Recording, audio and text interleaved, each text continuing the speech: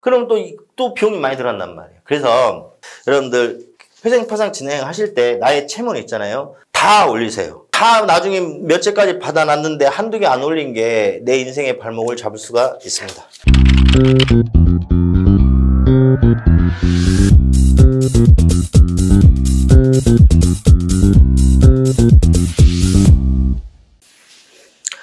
예, 여러분들 개인회생 파산 오래된 채무는 소멸시효로 갚지 않아도 될까? 물음표라는 타이틀을 가지고 또 한번 말씀을 좀 드려볼게요, 여러분들. 이게 간혹 막 상담하신 분들 물어봐요. 아, 나 그 옛날 빚인데 굳이 꼭 채권자 목록에 올려도 됩니까? 안 올려도 되지 않을까요? 막 이런 질문 많이 하시거든요. 그래서 여기에 대해서 조금 소멸시효가 뭔지에 대해서 말씀을 좀 드리고 이제 결론 어떻게 해야 되는지에 대해서 좀 말씀을 좀 드릴게요. 여러분들 소멸시효라는 것은 우리 민법에 이런 규정이 있어요. 우리 민법에 이게 원칙 중에 하나인데 제가 옛날에 그 법대 다니면서 전공했는데 이 두꺼운 책에 이게 거기에 막 나오더라고요. 권리 위에 잠자는 자 보호받지 못한다. 그 다음에 본인의 권리를 행사하지 않으면 그 권리는 뭐 소멸된다는 그런 취지로 소멸시효 제도를 만들었더라고요. 아, 이것도 갑자기 생각나네. 이건 원고에 없어지 갑자기 오르스에 생각난 거예요. 오래된 채권 채무 관계는 증거가 없어져서 입증하기 어려운 이런 문제 입증 증명에 대한 곤란의 이유도 소멸시효가 만들어진 취지 뭐 이런 거라 하더라고. 어떤 기억이 납니다. 죄송합니다. 이게 내가 그 책을 여러 번 찾아봤는데 책이 너무 두꺼워가지고 여러분들 이게 열기도 싫어가지고 그냥 문득 생각나는 대로 말씀드렸거든요. 소멸시효는 있잖아요, 여러분들. 민법의 규정이 있어요. 10년이 지나면 그 권리는 소멸된다. 5년, 3년. 10년, 5년, 3년만 간단하게 말씀드릴게요. 소멸시효가 10년짜리 채권은 일반 채권입니다. 개인 간에 여러분들 돈 금전 관계 하잖아요. 이러면 그 권리는 소멸시효가 10년이에요. 그 다음에 판결이나 공정조사를 통해서 어떤 사람이 어떤 사람한테 받을 돈이 있다. 이것도 10년입니다. 그 다음에 5년짜리는 상사채권이에요. 여러분들 은행에서 대출받아서 갚아야 될 채권은 소멸시효가 5년이에요. 5년. 은행, 이제 뭐 카드 대출 막 이런 거 있잖아요. 상행위로 인한, 그 다음에 상인 간에 돈을 빌린 행위. 그 다음에 일반인이고 상인이지만 이 상인이 사업 목적으로 돈을 빌려달라는 거, 이거는 소멸시효 5년입니다.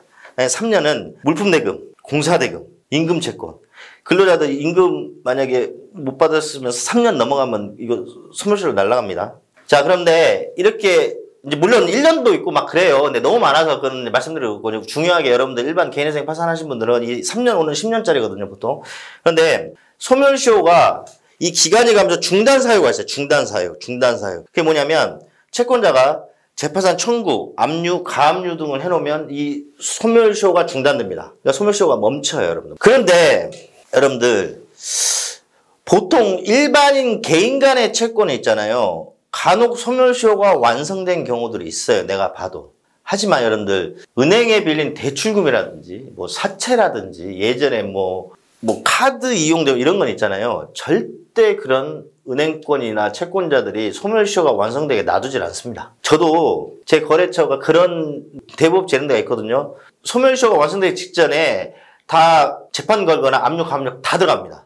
해서 여러분들 거의가 소멸시효가 다 중단돼 있다고 생각하시면 돼요. 간혹 소멸시효가 완성된 것도 있는데 여튼 이렇게 해서 저는 채권자 목록에 개인 회생이든 파산이든 무조건 다 올려야 된다고 말씀을 드려요. 왜? 대부분의 여러분들 채권들은 채권자들이 소멸시효를 중단시켜 놨습니다. 통장에 압류 하나 딱 걸어놓으면 소멸시효 평생 중단됩니다.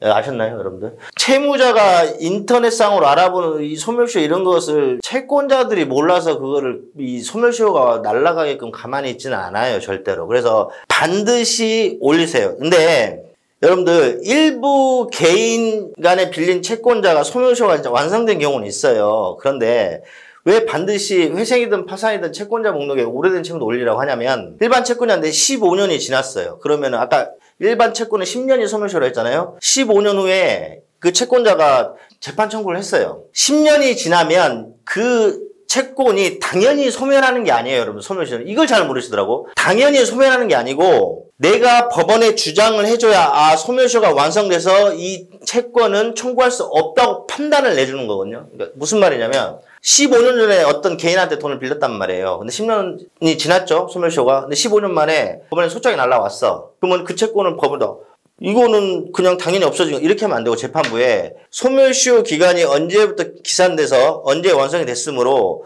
채권자가 주장하는 그 채권이란 건 존재하지만 소멸시효 완성으로 인해서 그 권리 행사를 하지 못한다고 항변을 해야 돼요. 항변을 이렇게. 그러니까 재판에서 거기에 대한 대응을 해야 된다고. 그러면 이분도 뭐 본인이 뭐 직접 하시기는 어려울 것이고 법무사를 사시든 뭐 변호사를 사셔가지고 그걸 또 대응을 하려면 또 그 비용도 많이 들어가. 그러니까 이렇게 보나 저렇게 보나 대부분 중단돼 있거나 간혹 일부 완성돼 있다 하더라도 재판상 청구가 되면 거기에 대해서 항변을 해야 돼요. 소멸시효 항변. 법리적으로. 그럼 또 비용이 많이 들어간단 말이에요. 그래서 여러분들 회생파상 진행하실 때 나의 채무는 있잖아요. 다 올리세요. 다 나중에 몇 채까지 받아놨는데 한두 개 안 올린 게 내 인생의 발목을 잡을 수가 있습니다.